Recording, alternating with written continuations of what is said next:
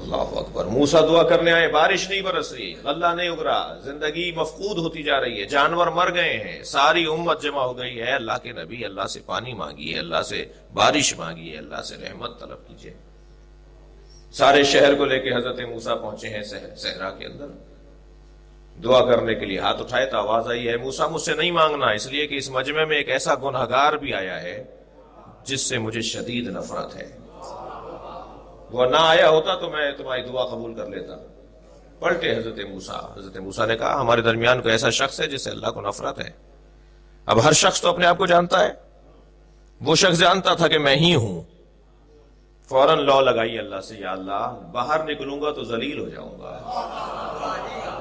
لوگ پہچان لیں گے کہ یہی تھا، اور نہ جانے کیا کیا سوچیں گے کہ میں نے کیا کیا ہوگا جس کی وجہ سے تو مجھ سے نفرت کرتا ہے. یا اللہ معاف کر دے.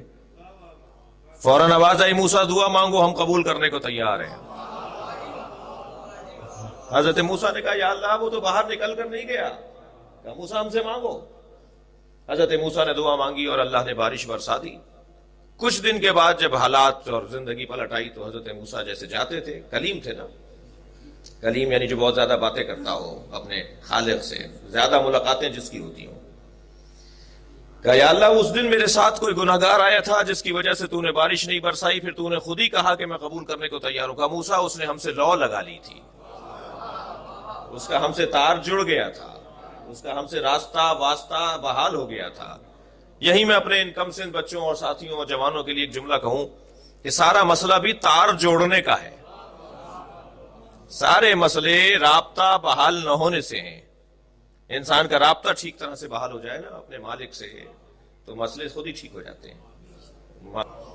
اصل مسئلہ وہ تار جوڑنے کا ہے، رابطہ بحال ہونے کا ہے. اور فرما رہے یا اللہ وہ شخص کون تھا کہ جو تیرے نزدیک اتنا منفور تھا کہ تو دعا قبول کرنے کو تیار نہیں تھا، پھر تو نے خود ہی کہا کہ اب دعا قبول کروں گا. کہا موسیٰ اس کا ہم سے رابطہ ہو گیا تھا، اس نے توبہ کر لی تھی. حضرت موسیٰ نے کہا یا اللہ وہ کون تھا، اس کا نام کیا ہے؟ کہا جب گناہگار تھا تب نام نہیں بتایا، اب تو وہ توبہ کر چکا ہے،